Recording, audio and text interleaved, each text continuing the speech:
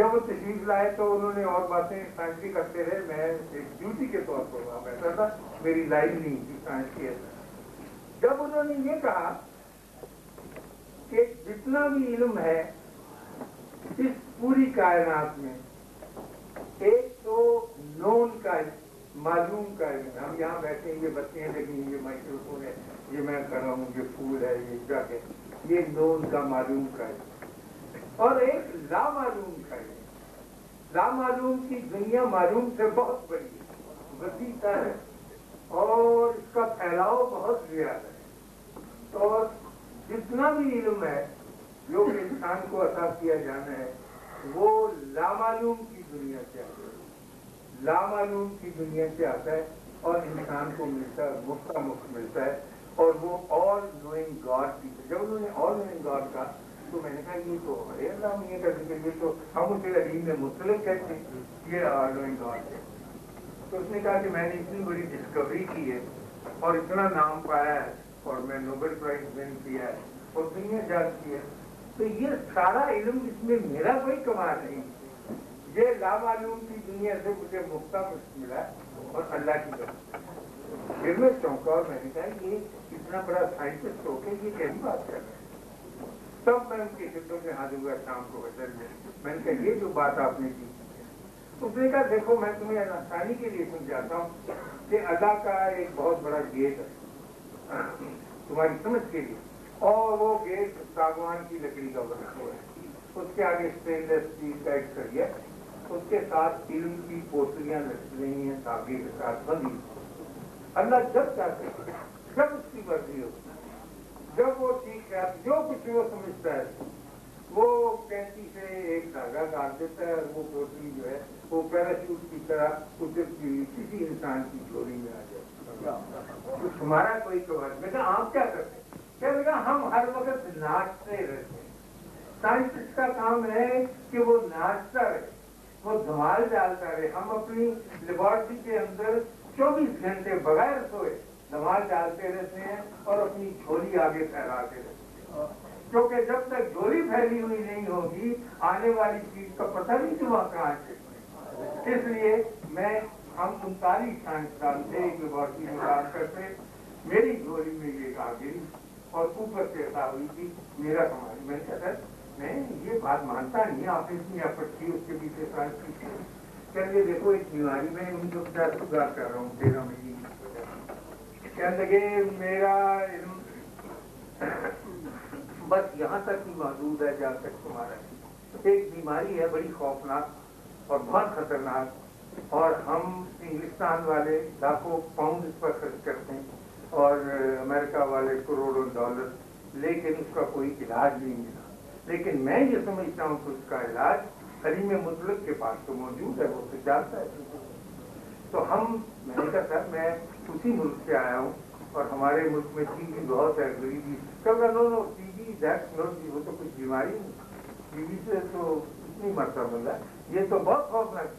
میں نے کہا ایسی ہمارے زمانے میں ٹی بی کو ہی ہم سمجھتے تھے. کہنے لگے اس بیماری کا نام ہے کینسر. تو میں نے کہا سر نیور ہرڈ آف اٹ، میں نے اس کا نام بھی نہیں سنا. کیا کہنے لگے وہ بتائی چیزیں کہ یہ پھیلتی جائے گی اور یہ موجود ہے. اب جب اس کا علاج ملے گا وہ ہماری محنت اور کوشش سے نہیں ملے گا، وہ اللہ کی مہربانی سے اور اس کے کرم سے نصیب ہوگا. جب وہ چاہے گا عطا کرے گا، اور جب تک نہیں چاہے گا یہ عطا نہیں ہو سکے گا. اور ہم اس کا انتظار کرتے رہے. میں ڈر گیا کہ ایسی بیماری جس کا یہ ذکر کر رہے ہیں. تو میں نے ان سے کہا کہ سر کہ آپ کا کیا خیال ہے کب تک؟ کیونکہ میرا ذاتی خیال ہے، انسانی خیال ہے کہ سن 1964 تک یا 65 تک اس کا علاج مل جائے گا. تو وہ 50 کی واقعی من کبھی اتنا لے کہنے لگے ہاں آج 2003 ہو گیا ابھی تک اس کا علاج ہمارے پاس پہنچا نہیں. کوششیں چلتی ہیں، کوششوں سے ہوتا نہیں.